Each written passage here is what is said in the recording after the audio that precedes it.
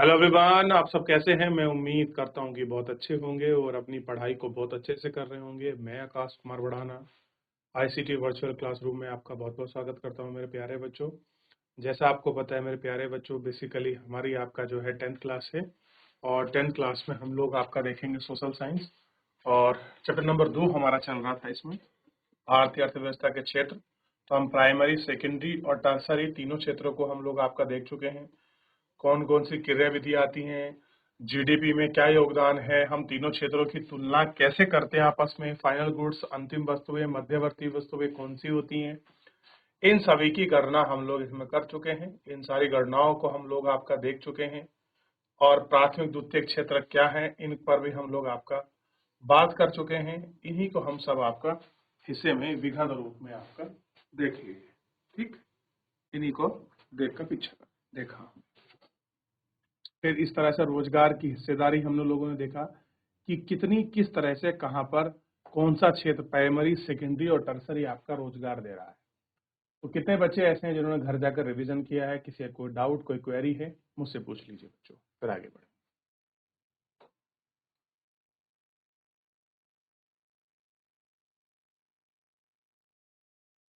देख लिया? कोई डाउट किसी का? चलिए, अब इससे आगे बात करते हैं और देखते हैं अधिकांश लोग कहाँ नियोजित हैं। आलेख संघ सकल घरेलू उत्पाद में 3 क्षेत्र प्रतिशत हिस्सेदारी आपका प्रस्तुत करता है। कह रहे 3 ही सेक्टर हैं, प्राइमरी, सेकेंडरी और टर्सरी, तीनों अपनी अपनी हिस्सेदारी जो है आपना दे। अब 40 वर्षों में क्षेत्र आपके बदल रहे हैं। 40 वर्षों में क्षेत्र है उनका जो महत्व है वो आपका लगातार बदल रहे हैं और आप इसको प्रत्यक्षतम यानी कि सीधे रूप में आप इसको देख सकते हैं कि क्या इनका बदलाव है, किस तरीके से हो रहा है। ठीक, ये हिस्सेदारी है। ठीक, प्राथमिक क्षेत्र, द्वितीयक क्षेत्र और तृतीयक क्षेत्र, ये 1973-74 और ये 2013-14। तो पहले 40% की हिस्सेदारी थी प्राथमिक क्षेत्र में, लेकिन अब कितनी हो गई है? लगभग 15% के आसपास। वहीं अगर आप विनिर्माण को देखोगे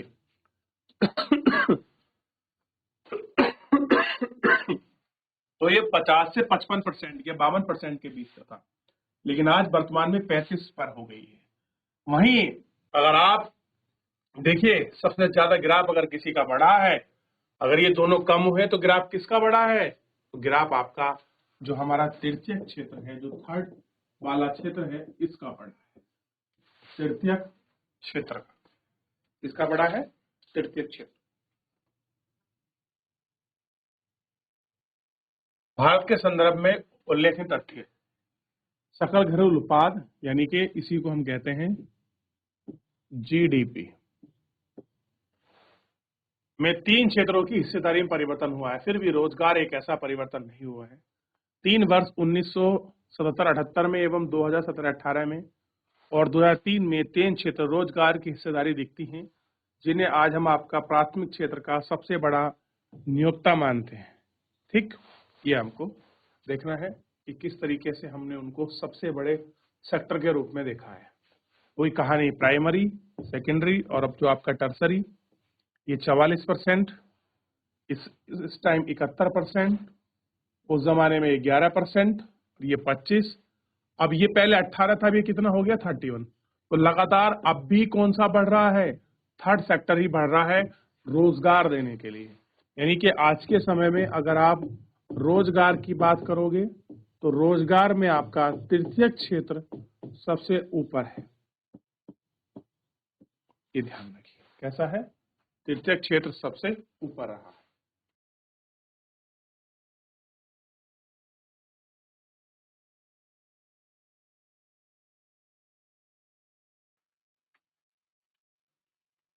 प्राथमिक क्षेत्र से रोजगार एक ऐसे क्षेत्र में स्थानांतरण क्यों हुआ है?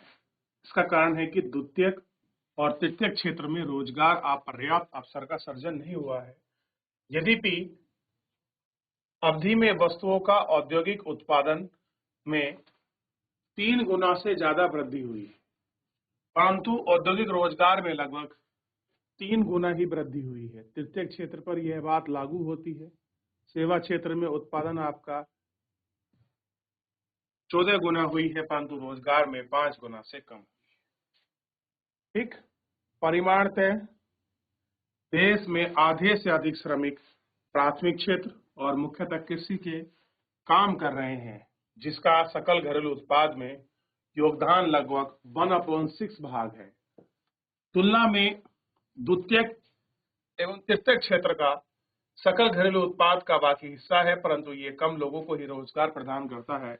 इसका अर्थ यह है कि कृषि की दृष्टि में लगे श्रमिक अपनी क्षमता से कम उत्पादन करते हैं। भाई, अगर उत्पादन कम हो रहा है, चीजें हैं और वहां रोजगार कम दिखाई दे रहा है, तो उसका सिंपल मीनिंग यही तो है कि जितना रोजगार आपका तृतीय क्षेत्र में मिल रहा है, द्वितीय और प्रथम क्षेत्र उतना रोजगार आपका सर्जन नहीं करता। यही तो है, इतना ही तो जो आपका रोजगार है वो आपका सर्जन नहीं कर पा रहे हैं। और ये हमको कहां से पता लग रहा है? सकल घरेलू उत्पाद जो हमारी जीडीपी है उसके अंदर से हमको जानकारी है। कह रहे हैं कि इसका अर्थ यह है कि कृषि में आवश्यकता से अधिक लोग लगे हुए हैं, यानी कि अगर इतने व्यक्तियों की आवश्यकता नहीं है कृषि में जितने लोग लगे हैं, यानी कि कृषि पर निर्भरता लोगों की ज्यादा है। अगर लोग ज्यादा लगे होने चाहिए तो उनका प्रोडक्शन भी अच्छा होना चाहिए, लेकिन लोग उतने ही लगे हैं, ज्यादा है और प्रोडक्शन नहीं है, तो ये ठीक नहीं है। यदि आप कुछ लोगों को कृषि कार्य क्षेत्र से हटा देंगे तो उत्पादन आपका तब भी प्रभावित नहीं होगा। मान लीजिए कोई एक खेत है, इसमें आपका 2 लोग उत्पादन करते हैं, अब 2 की जगह आपने 4 कर दिया, तो उत्पादन पहले भी 10 हो रहा था, अब भी 10 हो रहा है, तो इनका 2 का कोई महत्व नहीं है। इसलिए वो क्या कह रहा है बार बार कि वो आपका उन पर उत्पादन पर कोई प्रभाव आपका नहीं पड़ेगा। दूसरे शब्दों में कृषि क्षेत्र श्रम में अल्प बेरोजगारी है। कैसी है? आपका कृषि क्षेत्र में आपका अल्प बेरोजगारी बनी हुई है। तो आपको पता लगेगा कि जीडीपी में कौन सा क्षेत्र सबसे ज्यादा योगदान देता है, क्या उनकी स्थिति है, कैसा वो रोजगार सर्जन कर रहे हैं, इन सबको आप अच्छे से देख सकते हैं, बात कर सकते हैं। देख लिया? तो आपका बेरोजगारी होने का क्या मतलब है? क्यों है अल्प बेरोजगारी? किस कारण हो रहे हैं आपका अनएम्प्लॉयमेंट? कैसे आपका व्यक्ति बढ़ने पर भी आपका प्रोडक्शन में कोई भी आपका प्रभाव नहीं दिखाई दे रहा है, जबकि आपका तृतीय क्षेत्र आपका बढ़ रहा है? ये सारे फैक्टर आपको इसमें कहीं ना कहीं देखने हैं, और जो वेरी करते हैं वो भी देखना है। किस तरीके से कितना परसेंट है आपका जीडीपी में, कौन योगदान कर रहा है, इसको भी थोड़ा सा आप पहचानते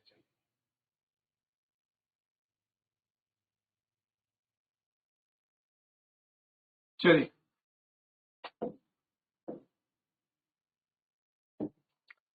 एक छोटा किसान लक्ष्मी का उदाहरण लेते हुए, कर एक छोटी किसान है लक्ष्मी, उसका एग्जाम्पल लेते हुए देख रहे हैं।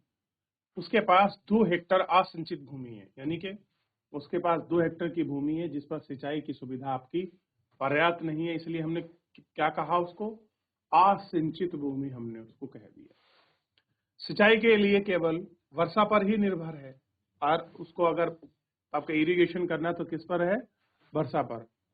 ज्वार और आहर जैसी फसलें उगाती है, ज्वार उगाती है और अरहर की जो दाल है उसको उगाती है।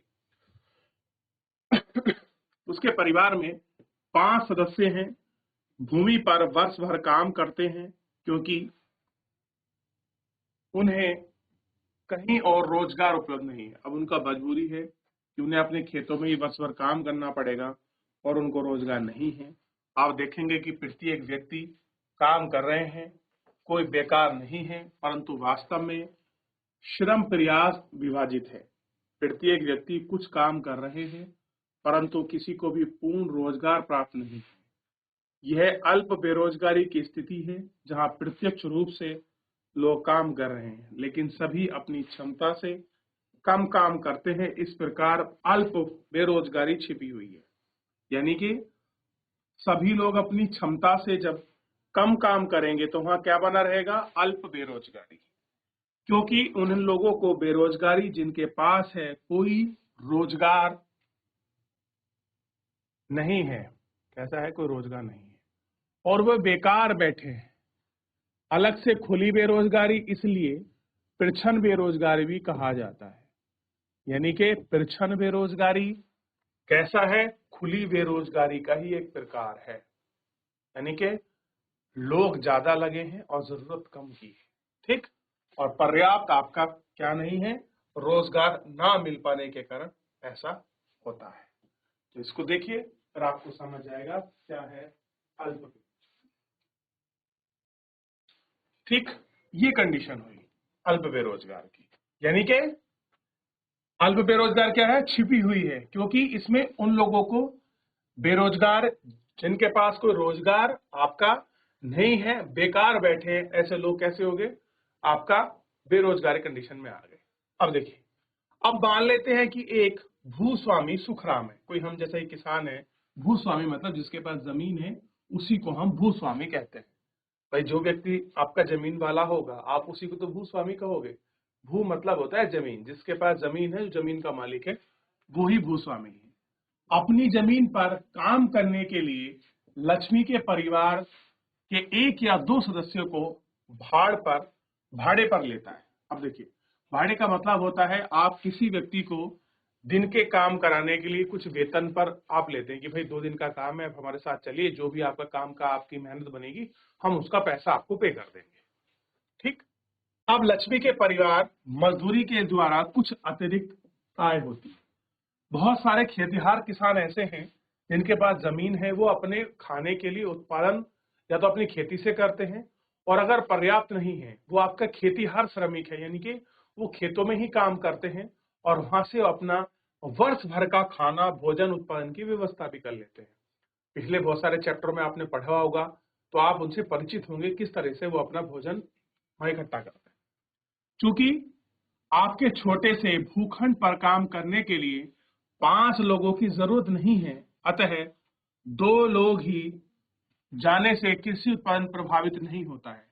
अब कह रहे हैं आपका कोई कृषि क्षेत्र है, मान लीजिए कोई आपका खेत था, यहाँ 2 लोग ही इस पूरे खेत को काम कर सकते हैं, जो भी फसल आपने लगाई है, ठीक है, 2 लोग।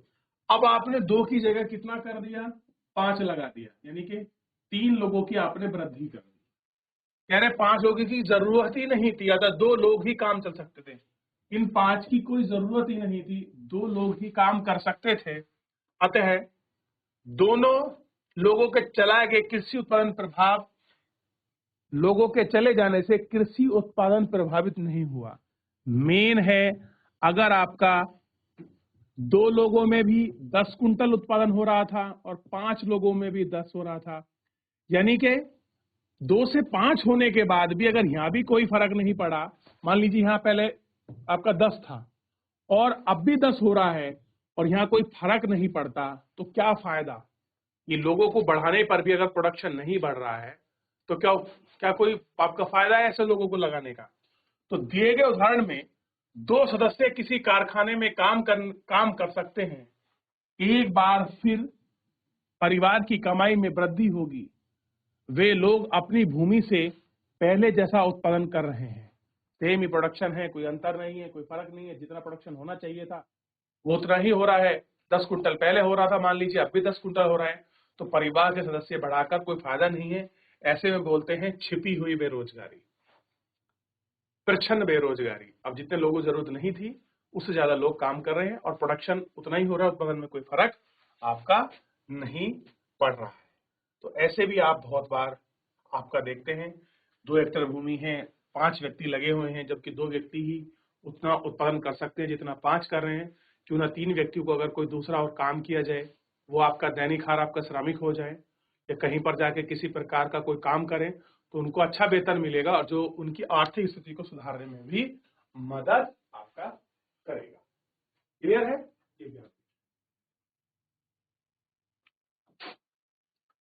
भारत में लक्ष्मी की तरह लाखों किसान हैं।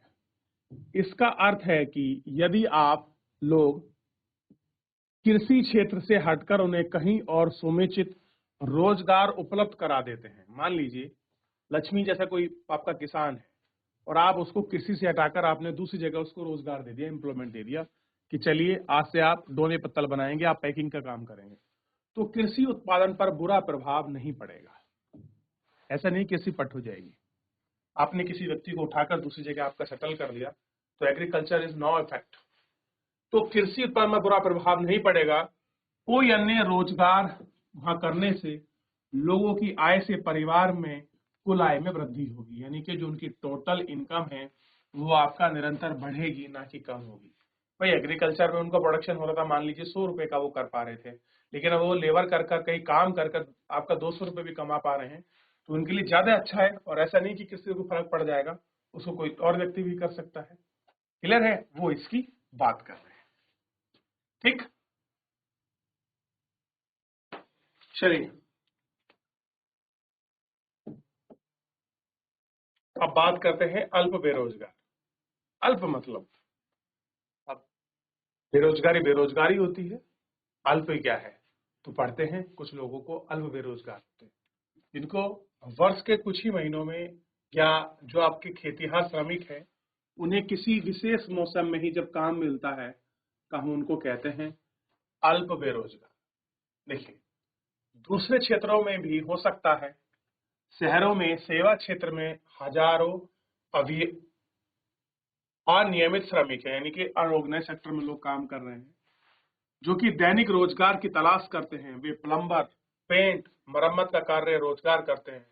अन्य लोग सुविधाजनक विषय में काम करते हैं, उनमें से कई रोजाना काम नहीं कर पाते। इस प्रकार हम सेवा क्षेत्र में भी कुछ लोगों को सड़क पर ठेला खींचते हुए अथवा ये चीजें बेचते हुए देख सकते हैं, जहां वे आपका पूरा दिन बिता देते हैं परंतु बहुत कम ही कमा पाते। पूरा दिन खर्च कर दिया और मान लीजिए पूरा दिन में कमाने के बाद, ठेला खींचने के बाद, कोई करने के बाद अगर दिन का 100 रुपया उन्होंने आपका कमाया, ठीक, क्योंकि उनके पास कोई बेहतर अवसर नहीं है। अब काम करने की कोई उनके पास अच्छी अपॉर्चुनिटी नहीं है। कहीं उनको किसी फैक्ट्री में काम करने के लिए मिलता तो शायद वही सैलरी जो 100 कमाते उनको 500 रुपये पर डे मिलता। कोई कौशल होता तो उनको 700 रुपये प्रतिदिन के हिसाब से उनको पे किया जाता। तो यही चीज मैं एक आपको एग्जांपल देके समझा रहा हूँ कि कुशल होना भी आज के लिए रोजगार पाने में बहुत जरूरी है। यानी कि कुशल परख व्यक्ति को ही रोजगार के विकल्प ज्यादा उपलब्ध होते हैं। ये देखिए, पहले एक बार देख लीजिए पूरा, फिर कुछ पूछना है, बाद में आगे बढ़ जाए। देखिए आप एक बार,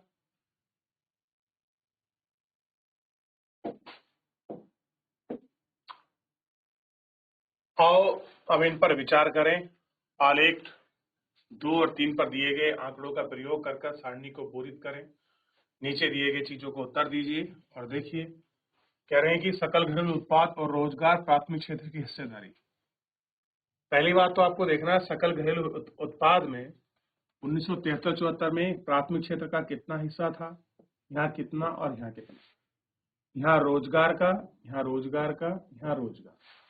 मान लीजिए एग्जाम्पल के रूप में कह रहा हूँ, वास्तविकता में नहीं कह रहा कि ऐसा ही होगा, आपको ये तो डाटा आपको देखना पड़ेगा।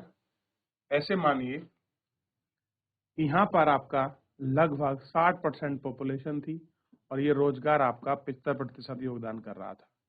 ऐसे घटते घटते ये आपका जो है 35% पर आ गया और ये आपका 60% पर पहुंच गया। यानी कि एग्रीकल्चर में निरंतर डाउनफॉल नजर आया और जबकि सर्विस सेक्टर मतलब जो आपका रोजगार है उसमें आपका बढ़त आपको देखने के लिए मिली। तो ये तो आपको सारणी के साथ पूरा साल के हिसाब से देखना होगा। अल्प बेरोजगारी तब होती है जब लोग काम करना नहीं चाहते या सुस्ते ढंग से काम कर रहे हैं, अपनी क्षमता से कम काम मिलता है, उनको काम करने के लिए भुगतान नहीं किया जाता। यानी कि अपनी क्षमता से जब कम काम मिलेगा उसी को हम कहेंगे अल्प बेरोजगारी। देखिए इस तरीके से क्वेश्चन निकल सकता है। आप देखिए तो अतिरिक्त रोजगार का सृजन कैसे होगा, अधिक आपके एम्प्लॉयमेंट कैसे बढ़े, क्या चीज होनी चाहिए, इनको भी हम लोग देखेंगे। लेकिन एक बार पहले पीछे पूरा देख लीजिए, एक बार पीछे देख लीजिए, रिवीजन कर लीजिए। किसी को डाउट है, कोई क्वेरी कुछ पूछना है किसी बच्चे को, तो मेरे प्यारे बच्चों आप मुझसे पूछ सकते हैं। कोई भी बच्चा किसी भी स्कूल से कोई डाउट, कोई क्वेरी,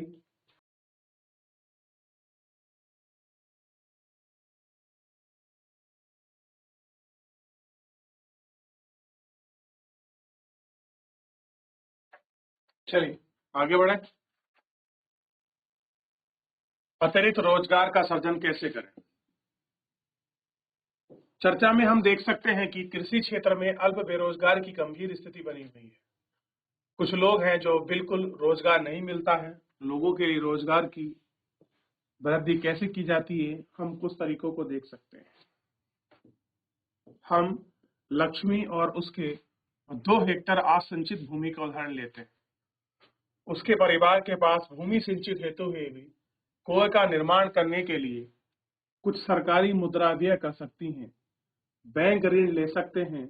लक्ष्मी अपनी भूमि पर सिंचाई करने के लिए सक्षम हो जाती है। रबी के मौसम में अब एक दूसरी फसल गेहूं उपजाती है। मान लीजिए कि गेहूं 1 हेक्टेयर गेहूं की उपज 2 लोगों के लिए 50 दिनों में बीज डालने, पानी देने, खाद देने, कटाई करने तक रोजगार प्रदान कर सकती है। परिवार में 2 अन्य सदस्य अपनी जमीन से रोजगार मिल सकता है। अब मान लेते हैं कि ऐसा कोई खेत सिंचाई के लिए नए बांध का निर्माण किया जाता है, अर्थात एक नहर खोदी जाती है, जिससे कृषि क्षेत्र में रोजगार अनेक अवसर सृजित करने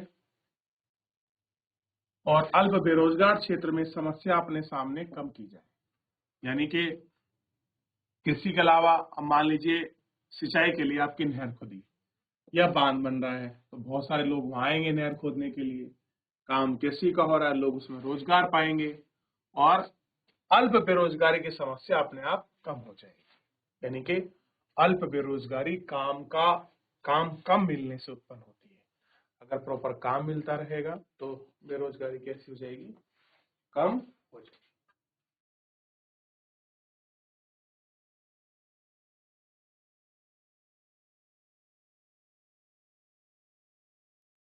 चलिए, तो इतना आप इसमें देख चुके हैं,